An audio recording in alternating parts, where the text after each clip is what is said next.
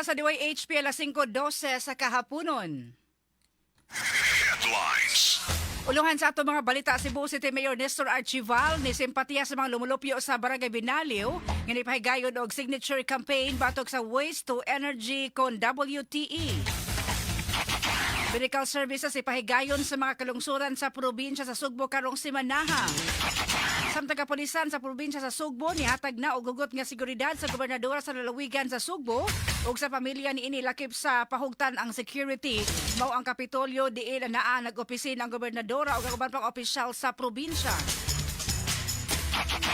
Madawi City Mayor Junque Uwano ni oversee sa pagmonitor sa mga flood-prone areas sa maong syudad. Mao kato mga headline.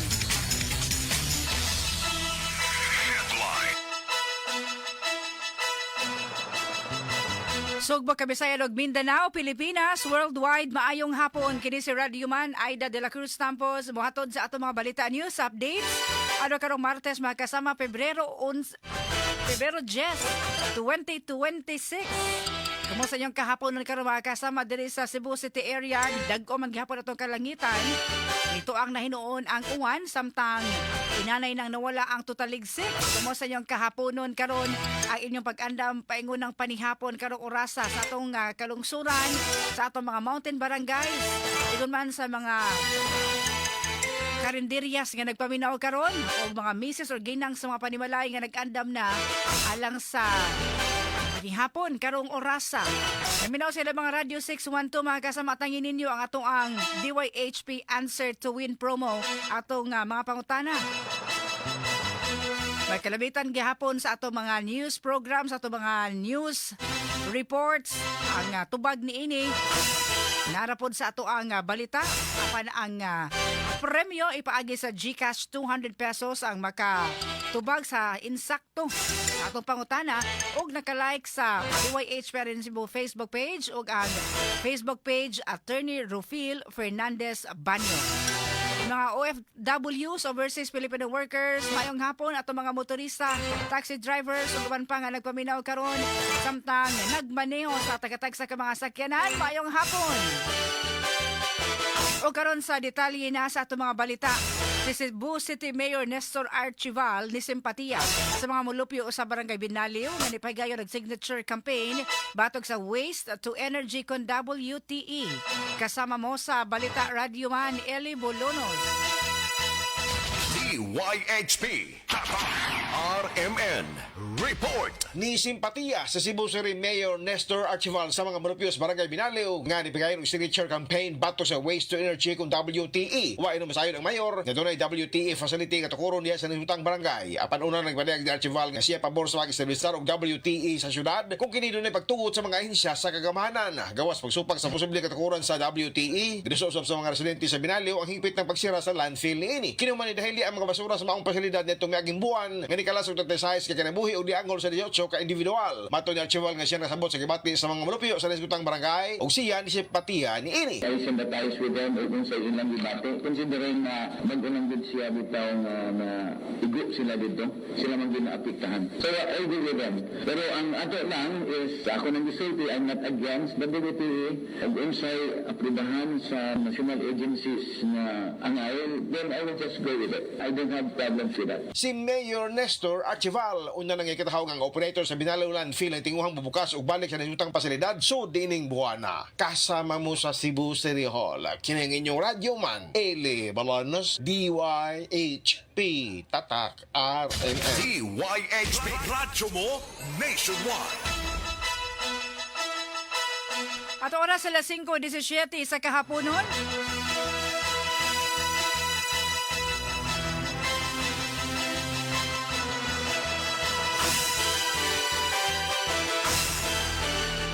Ang kapulisan sa probinsya sa Sugbo nihatag na og hugot nga seguridad sa gobernador sa lalawigan sa Sugbo, Governor Pamela Baricuatro, ug sa pamilya ni ini lakip sa pahugtan pa ang seguridad. Mao ang Kapitolyo diin na nag-opisina ang mga opisyales ug naman ang gobernadora. Kasama mo sa balita Radio Man Arnold Bustamante. DYHP Tatak RMN Report. Mipaligon pa sa ilahang pagpatuman sa seguridad ng Cebu Police Provincial Office kang Cebu Governor Pamela Bar 4 human ni makadawat og hulga sa kinabuhi. Mato ni Police Colonel Abubakar Mangilin Jr. ang pangulo sa kapulisan sa lalawigan sa Sugbo nga dili lang ang seguridad sa gobernadora ang ilang gipahugtan lagip na sa tibok pamilya niini. Mipasabot si Mangilin nga bisan kinsa nga elected o appointed official sa gobyerno dunay katungod nga makaangkon og duha ka security personnel. Apan sa sitwasyon sa usa ka gobernador nga nakadawat og hulga sa iyang kinabuhi nangay pagtugot ang CPP o Director kang Police Brigadier General Rodrigo Maranan nga hatagan sila og augmentation nga gitugutan usab dayon milusab-usab sila og security survey inspection sa provincial capital aron mahatagan usab og seguridad ang buhatan sa gobernadora. Nakigalayan usab si Mangilin sa ubang unit sa kapulisan nga ang tahas mao ang paghatag sa seguridad sa mga elected officials sama sa Aviation Security Unit, Highway Patrol Group ug ang PSPG kun Police Security and Protection Group. Gawas nini nagbutang usab si Mangilin og quick reaction team ngayong gihulagway nga sakto sa pagbansay ug sakto sa mga kaganitan nga magamit sa pagresponde kung gikinahanglan ang ilang tabang sa gobernadora. We also made coordination with other security agencies and units of the PNP. In that way, should the governor will be exercising her duties, no, in the disposal of her duties, we can still provide security to these places in coordination with these security agencies.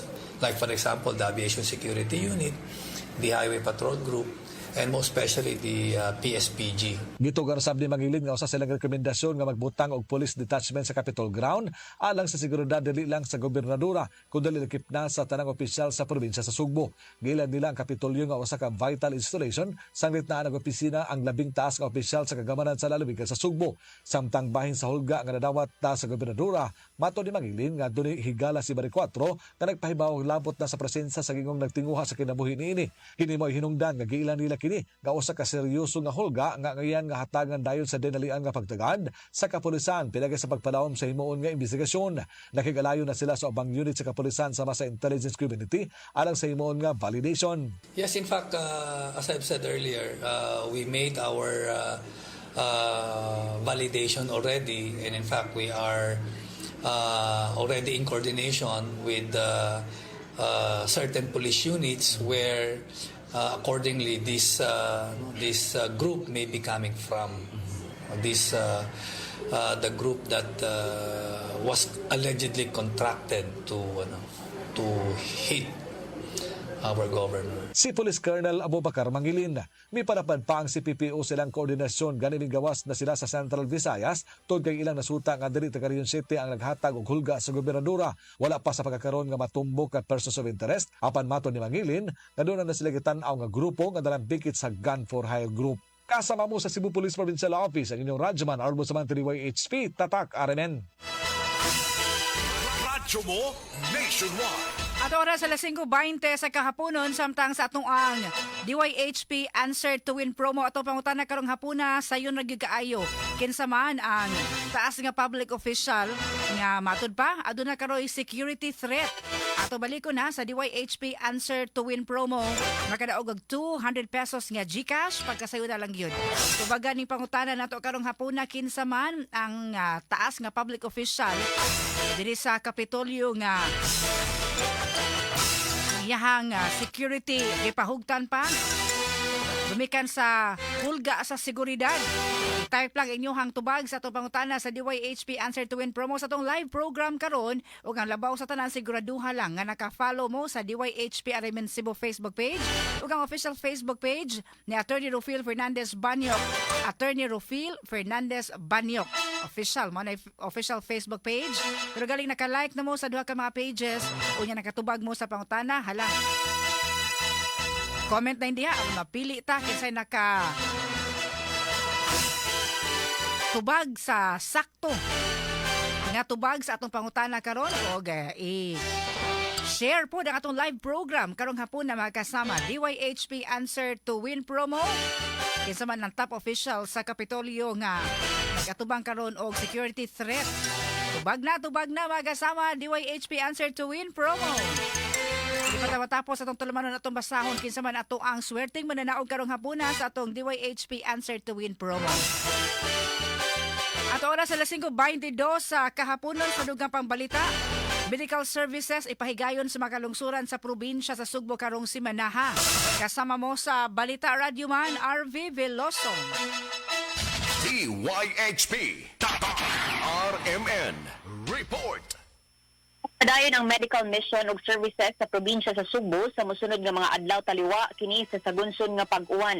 Lakip niini ang libreng check-up, minor surgeries ug libreng tambal nga ipang-apod-apod. Kipabaw sa kagamhanan sa probinsya sa Sugbo nga adunay ipahigay nga libreng healthcare services sa barangay Kandagit lungsod sa Sibunga ug mga adlaw magsugod kini sa buntag samtang moadto usab kini sa barangay Mantalungon sa lungsod sa Dalaget sa hapon. Sa Pebrero 12 ipahigayon usab ang medical services sa barangay Malalay sa lungsod sa Ronda diha na sa buntag samtang moadto usab kini sa barangay Vives sa hapon. Samtang sa Pebrero 13 ipahigayon usab ang mga serbisyo sa Ila Cathedral sa Dakbayan sa Sugbo. Samtang alang sa Valentine's Day o Pebrero 14 adunay ipahigayon nga medical mission sa barangay Tubod sa buntag o barangay Balungan usab sa hapon. Kini panguluhan usab ni Dr. Nick Catalan ang Provincial Health Consultant sa maong mga adlaw. Gawas niini padayon usab ang pag-apod-apod sa Provincial Health Office sa mga prophylactic medicines ilabi na ning panahon nga sagunson ang pag-uwan nga moresulta sa pagbaha. Kasama mo sa lalawigan sa Sugbo, Radyoman RV Veloso DYHP Tatak RMN. Kadto nga balita hatod kanato sa Vita D Plus Coffee Mix. Sugdi ang imong kahaponon nga positibo ang pananaw pinaagi sa pag-inom og kape ang Vita D Plus Coffee Mix. Kini ang pinakaunang kape nga adunay vitamin D3. Kada sachet sa Vita D Plus Coffee Mix aduna kini 200 IU nga vitamin D3 plus reishi mushroom extract nga adunay mga powerful anti-tumor ug anti-cancer properties nga polysaccharides ug triterpenes. Ang Vita D Plus Coffee Mix gidugangan usab og mangosteen fruit batok sa oxidative stress ug mga free radicals. Sugdi ang imong kahaponon pinaagi sa pag-inom sa Vitamin D Plus Coffee Mix aron nga makalahutay tibuok adlaw. Mapalit kini sa Purchaser Pharmacy, July Pharmacy, Queen's Pharmacy, CHG General Merchandise and Pharmacy, Universe Pharmacy, Bing Pharmacy ug Life Extension Pharmacy. Aron makalahutay, mag Vita D Plus Coffee Mix. Radyo mo nationwide. At oras sa 5:25 sa kahaponon, mandawi sa Team Mayor Jonky Uwano ni oversee na sa monitoring sa mga flood-prone area sa syudad. Kasama mo sa Balita Radyoman, Ken Galinea. DYHP Tatak RMN Report. Nangunay pag-monitor sa Mandawi City Mayor Jonky Uwano sa mga dagko nga mga kasapaan ug mga karsada sa syudad gadali nga bahaan kagani ng buntag sa syudad subay sa pagsigig uwan. Iyang giduaw ang Mandawi City Command Center nga dunay mga dagko nga mga monitoring sa mga dapit nga dali nga bahaan ingon man ma-monitor ang level sa tubig sa mga dagkong sapa sama sa Butuanon River nga naglatas sa pipila ka mga barangay ingon man ang Mahiga River. Ang mga kasapaan sa syudad dunay gibutang early warning system para matagaan og pasidaan ang mga residente kung naa na sa critical level ang tubig sa mga sapa. Sakop sa early warning system ang pito ka mga dapit sa syudad nga naakilid sa mga kasapaan para matagaan silang pahimangno kabahin sa level sa tubig. Ilabi na kung mubunok ang uwan ug mula na takini og dugay. Ang dakbayan sa Mandawi dalisab nga suspenso sa klase sa mga tunghaan. Kaganinang buntag para pagsiguro sa safety sa mga kabataan subay sa daotang panahon. Kasama mo sa dakbayan sa Mandawi ang ining Radyoman Ken Galinea Tatak RMN. Radyo mo nationwide. At oras sa 5:26 sa kahaponon. DYHP una sa lahat. Traffic Update. Ning oras sa kahaponon karon samtang dagko paghihapon atong kalangitan, kumusta ka ang sitwasyon sa atong kadalanan karon ug sa dagan sa trapiko hinuon way klase face-to-face classes sa all levels sa Cebu City apan ato gapong i-check labi na kay tinggawas na pudron sa mga nag-opisina o baka na narbaho. Raliman Josephus Quijano unsay latest sa gawas nga bahin maayong hapon. Radyo mo nationwide. Yes, salamat sa pag-radyo man ay nining kahapon ang kalmabugnaon nga kahapon nagbalayon no ang dagom-dagom ato na kang rasa no sa may sahop o gari sa may amenan nga bahin sa lalawigan sa Sugbo do nagapoy dagom-dagom nga atong nakita karon nga mga orasa isagasa ka mulantaw sa kawanangan o kalangitan, pwede yung niuba, karong gabaga orasa. Hinaon, wa magtatalis ron. So, kuha ka ganyan gabuntag o ganyan mga alas 2, alas 3, pero karong orasa medyo ni tuwangan. Wanay mga pagtatalisik, atong na sinati karong baga orasa pa ng bagang dagom, na naghihapon, no? Anytime, posible mo talisik mo, wanuwan ni karong gabi, o sumusunod mga orasa. Samtang sinatan sa trapiko, niningkapon sa Adlaw Gamartas, at wala ko dito sa akong namatang karon sa may Mango Avenue, kung gikan ka diri sa may 20 Ospeña, padong sa may Esquina Gordo, o padong ito sa may Gerald Maxulom Avenue, o naritra ang dagan sa mga sakayan karong gabaga orasa kay wa may klase, doon na may mga eskwela sa Pilapita sa Mango Avenue, wani baldaron sa mga motorista na musuba di Dapita. Padong ang gikan dito sa may Gerald Maxulom Avenue, padong dito sa may 20 Ospeña, motorin sa bandagan sa mga sakayan karong gabaga orasa, ang Osmeña Boulevard kung motor ka.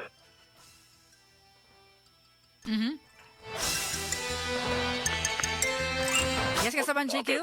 Okay, go ahead. Motorin sa bandagan sa mga sakayan karong gabaga orasa, no? Kung gikan diri sa may 20, sa may downtown area, padong diri sa may 20 Oval, motor diri padong sa may B. Rodriguez o Vera Avenue, ang Osmeña Boulevard gikan sa 20 padong sa may Cebu Provincial Capital, motorin sa bandagan sa mga sakayan karong gabaga orasa, samtang ang Iscarrio slow moving lang kung ikakatay sa may Esquina Osmeña Boulevard, padong rin sa may Esquina 1 Osmeña o F. Ramos Extension, karoon ng mga intersection rin habig o gini nga habig sa may 1 Osmeña o gini sa may F. Ramos, para ni masangit rin mga motorista nga musubay kay intersection man, muhinay lang ang dagat sa masaganan, padong rin sa may Gordo Avenue o sa may Escarrio Extension o sa mga daan sa Cebu Business Park. Ang Governor Cuenco karon, ang Bantali area, moderate to heavy traffic karong orasa, padong sa may Foodland, sa may Fortuna o Kalubihan Talamban, o gandun sa may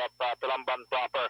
Ang Pope John Polisikan, ang Cani de la Montaña, gikan sa Mabulo Church o padong sa may IT Park, moderate to heavy traffic sa Corobag Orasa, padong sa may Barangay Apas, ang both side, both lane, no? Right o left lane, kung ikakan sa may IT Park, padong sa may Mabulo Church, moderate to heavy traffic sa Corobag Orasa, apan kining ang De La Montaña o kining Salinas Drive sa Lahog, padong sa may GY Square, moderate ra ang sa mga Gabaga Orasa. Samtang ang Gordo Avenue, dikatan sa may GY, padong sa may Esquina Escarrio, moderate sa badagan sa mga sakanan, o gigabot rin sa may padong sa may CCPO, medyo slow moving sa mga sakanan Dapita, kung padong sa may Ayala Access Road, o padong rin sa may Esquina Mango Avenue o may Chavez sa Zapatera. Samtang ang MG Ginko Avenue, moderate ra ang dagan sa mga sakang Camarasa gikan sa plaza, o ang diri sa may Loriga San Miguel sa may New Emos Road, padong sa may Hipodromo o Mabulo Church. Samtang ang South Nabain, ang Enbacal sa Camarasa may traffic road, no? Padong sa may flyover Mambaling o ganito rin sa may Basak Pardo Highway, Bulacau, Cebu City o Bulacau, Talisay. Ang SRP, waray ko daw, kaya ang habig rin sa padong sa may Talisay o padong rin sa may Plaza Rebrinsa, Muslitan dagan sa mga sakaran, karong Gabagarasa sa kahaponon. Ang mga dati na pin sa may Virama Avenue, Katipunan, Ifliamas, so aray Kabalakan, karong Gabagarasa sa kahaponon. Sa downtown area, mudot na ang dagan sa mga sikakarong marasa, no? Sa mga Colon, Pilaes, Diggaspi, Hakosalim, Panganiban, Mabini, o Gadrihabig Sab sa may Dol, sa may Basilica Minor de Santo Niño. May pinaka sitwasyon karon sa karon ning Kabor sa Adlaw Gamartas. Ikadali sa gawa sa lang sa traffic update ng Radyoman. Joseph Osgano, DYHP Tatak, RMN. DYHP, una sa lahat. Traffic update. Ingat salamat Radyoman Josephos Quijano sa report. Samtang sa ato ang DYHP answer to and promo mga kasama, ato ang balikod atong pangutana karong hapuna sa yun ra kaayo. Nauna na nabalita karon ni Radyoman Arnold Bustamante. Kinsa man ang top official diri sa Kapitolyo nga nagatubag og matud pa security threat. Gani doon na naigi tahasan aron sa pagpahugot pa sa seguridad di sa Kapitolyo. Tubag na magkasama, answer na. Aron makadaog sa itong 200 pesos nga GCash ug makasunod kinahanglan mo sa atong mechanics aron nga kamo mapili na itong kamananaog sa DYHP Answer to Win promo. Pag-answer sa sakto nga tubag sa atong pangutana, igon man ang pag-like sa DYHP Arraignment Cebu Facebook page, pag-share nining atong live program ug ang pag-like sa Attorney Rufil Fernandez Banyo official Facebook page. Pero taon-taon na itong i-announce kisa man ang swerteng mananaog o andama ang inyong GCash number aron mapadala diya sa inyong GCash account ang atong premyo. So yun ra kaayo nun, naminaw pa mong updated mo sa mga balita. At the same time, nakadaog pa pinagi sa itong mga papremyo diri sa DYHP.